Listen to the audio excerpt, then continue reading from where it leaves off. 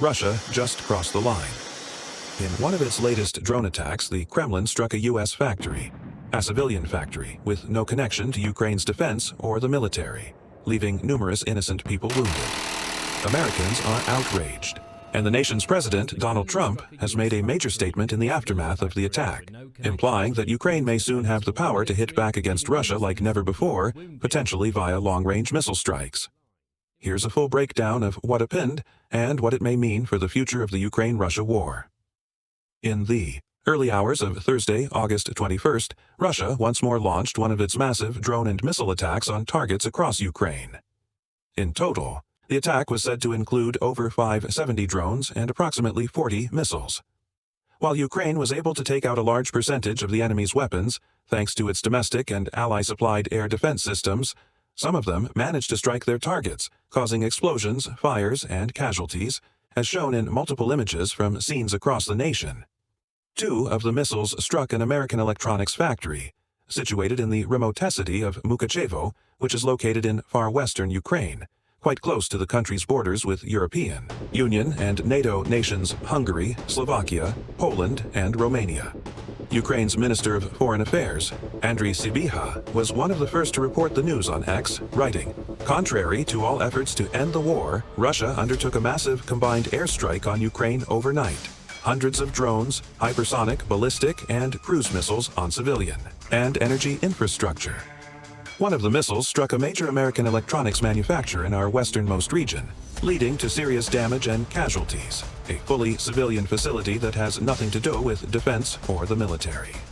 This is not the first Russian attack on American businesses in Ukraine, after strikes on Boeing offices in Kyiv earlier this year, and other attacks.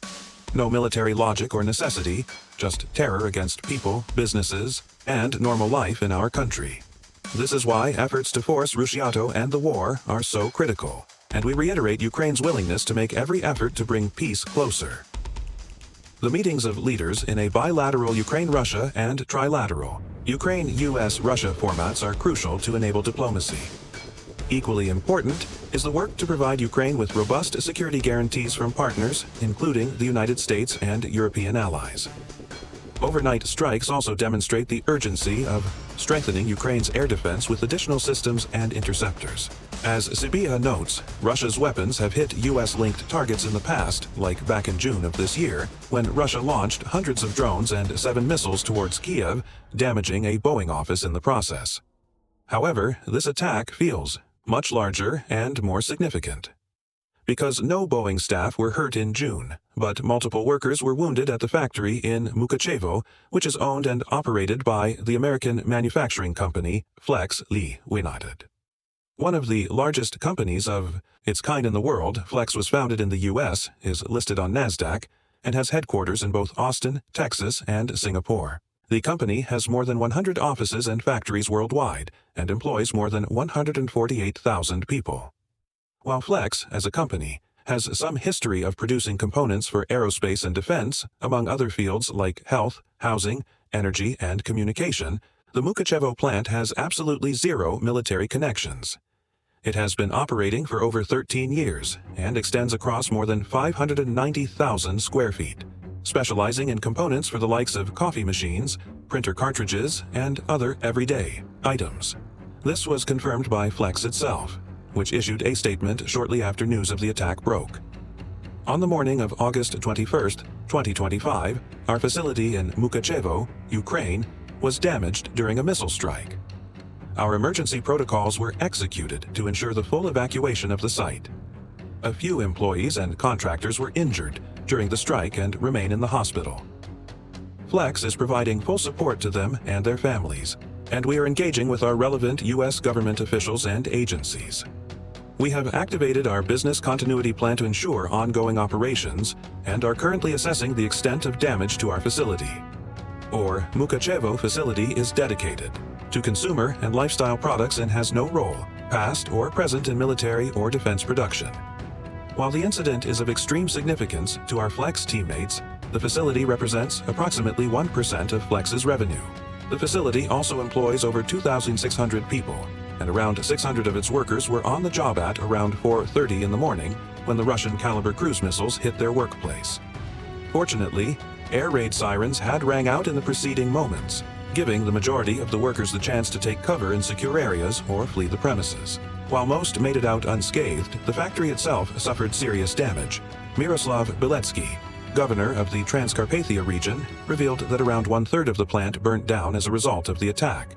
Ukraine's president, Volodymyr Zelensky, quickly took to Telegram to condemn Russia's actions, writing, "Tonight, the Russian army set one of its crazy anti-records. They hit civilian infrastructure enterprises, residential buildings, and our people. They fired several cruise missiles at an American enterprise in Transcarpathia. It was an ordinary civilian enterprise, an American investment. They produced such familiar household items as coffee machines, and this is also a target for the Russians. Very revealing. Now the fire is still being extinguished at the enterprise. As of now, 15 people are known to have been injured in this strike. All of them have been provided with the necessary assistance. Rescuers are also working in many other regions, from Zaporizhia to Volyn. In total, 174 attack drones and 40 missiles were used against Ukraine overnight. A significant part was shot down. Unfortunately, not all of them, and the Russians have delivered this blow as if nothing is changing at all, as if there is no effort from the world to stop this war. Air response is needed to this. There is still no signal from Moscow that they are really going to engage in meaningful negotiations and end this war. Pressure is needed, strong sanctions, strong tariffs. Thank you to everyone who is helping. There are two particularly unusual aspects to this attack. First is the location. As stated, the Flex plant is situated in far western Ukraine, hundreds of miles from the front lines. While it's not unheard of for Russia to strike targets in this region, it's incredibly rare. Indeed, open-source intelligence data shows that there have been a mere handful of attacks in the Transcarpathia region since the war began, making it one of the most relatively safe places in all of Ukraine over the last few years. The main reason for this is likely the fact that the region has borders with no less than 4 NATO nations.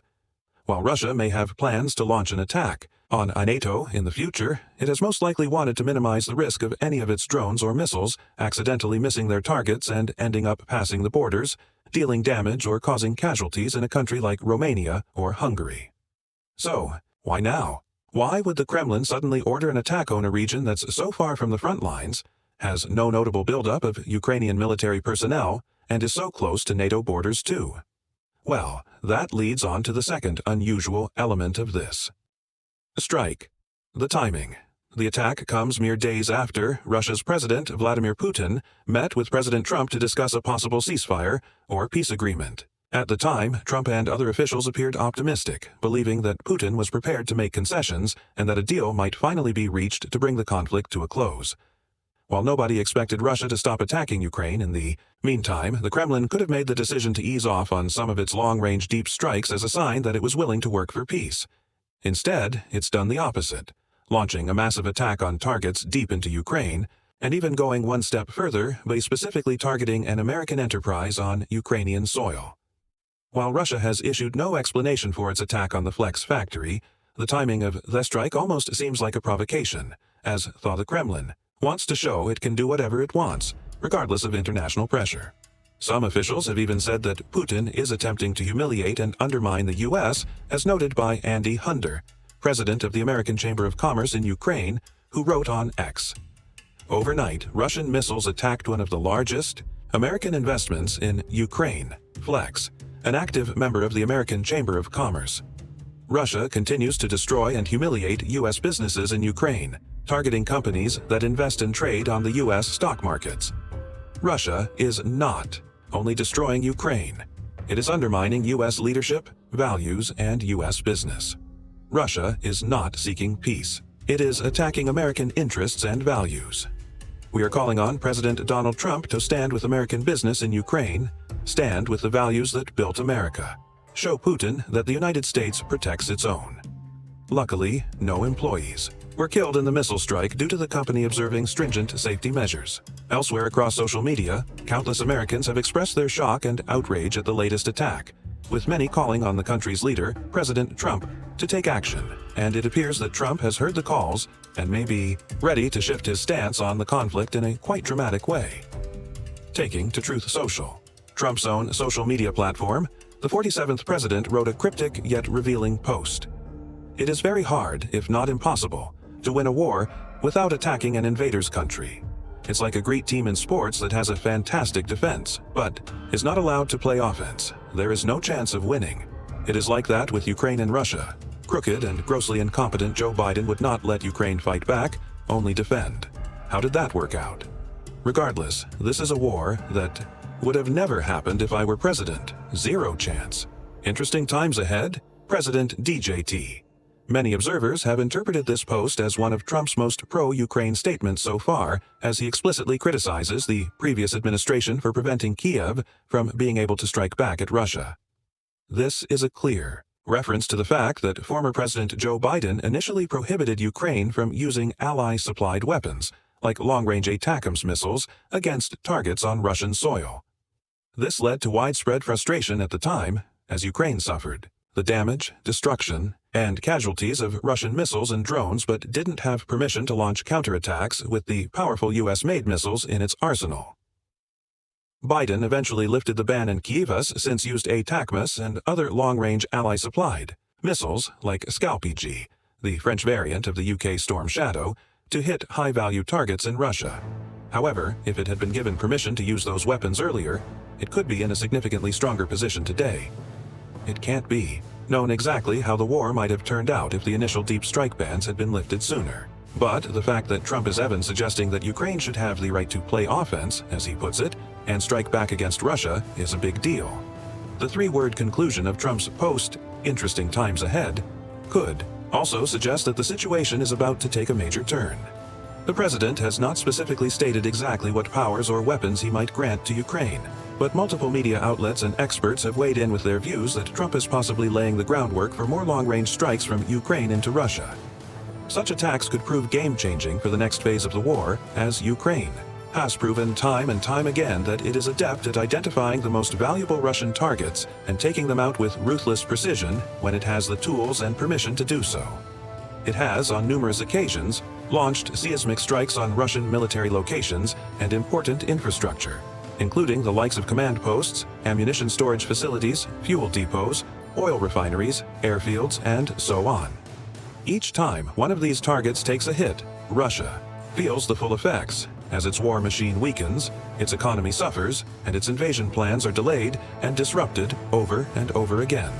But Ukraine has had to be cautious in its counterattacks, because it doesn't have the same gargantuan military budget that Russia has, nor does it have an endless supply of long-range missiles and systems needed to fire them.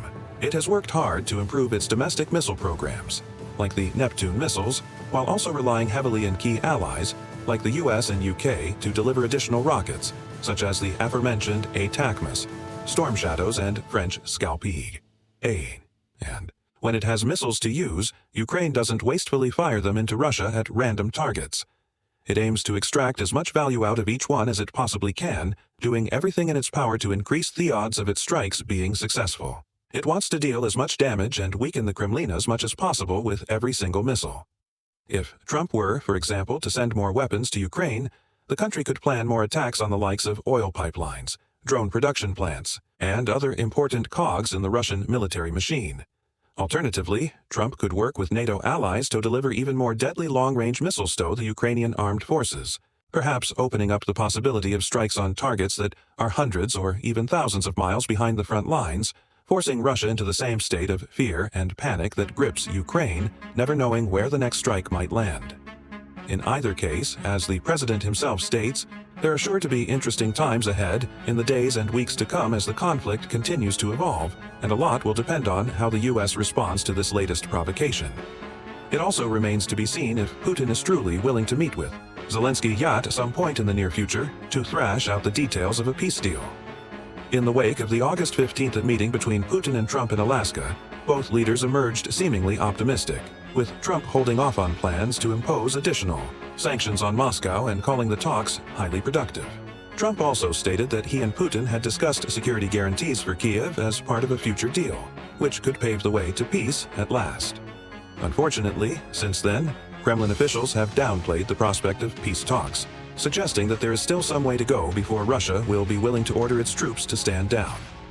Russian Foreign Minister Sergei Lavrov stated that any talk of security guarantees must involve Moscow. I am sure that in the West, and above all in the United States, they understand perfectly well that seriously discussing security issues without the Russian Federation is a utopia. It's a road to nowhere. He went on to add, providing Ukraine with security guarantees through foreign military intervention is completely unacceptable. Ukraine is clearly demonstrating that it is not interested in a sustainable and long-term resolution of the conflict. Lavrov has also said that Putin could meet with Zelensky eventually, but that such a meeting is unlikely to be imminent, saying, Putin is ready to meet with Zelensky only if all issues requiring discussion at the highest level are thoroughly worked out. It's all part of the Kremlin playbook, and this exact same scenario played out earlier in the year during the peace talks in Turkey. Back then, too, many world leaders seemed hopeful that a peace agreement might be reached, and Putin made several encouraging statements and even spoke of meeting with Zelensky in person to talk terms. But in the end, peace was just as far off as it had ever been, as Kremlin officials downplayed and delayed any meaningful marks of progress. And in the meantime, Russia launched some of its deadliest ever attacks on Ukraine, showing a blatant disregard for the peace negotiation process and sending the message that it was only interested in killing civilians, bombing infrastructure, and dealing as much damage as it possibly could, rather than easing its aggression and working towards a peaceful resolution. History appears to be repeating itself, but this time, something is different. Because it appears that President Trump, having been repeatedly lied to and double-crossed by Putin, has had enough of his Russian counterpart. While the two leaders have enjoyed a strong relationship in the past, it appears to be souring, and Trump has been outspoken in his criticism of the Kremlin leader at several points in 2025, condemning Russia's actions as disgusting and disgraceful in press conferences and social media posts, and even saying that Putin had gone absolutely crazy back in May after Russia launched a record aerial attack on Ukraine. Now, with Russia yet again saying one thing and doing another, and then having the audacity to bomb an American-owned factory, this may be the final straw, the tipping point that sends Trump over the edge, triggering a serious shift in his future dealings with Putin and his support for Ukraine. It remains to be seen exactly what will come of all of this, but this time, Russia may have pushed its luck a little too far. You can learn more about how the war is spiraling out of control for the Kremlin in our recent video, detailing how Putin and the FSB are framing, firing, and even pushing some former generals and officials to suicide in a desperate power grab purge. Or check out Trump and NATO's plans to secure peace in Ukraine for years to come, once the war finally ends, with European troops on the ground and American air support in the skies. Make sure to subscribe to our channel too, if you haven't already, so you can stay in the know about all of the latest news and developments from the front lines of Ukraine and beyond.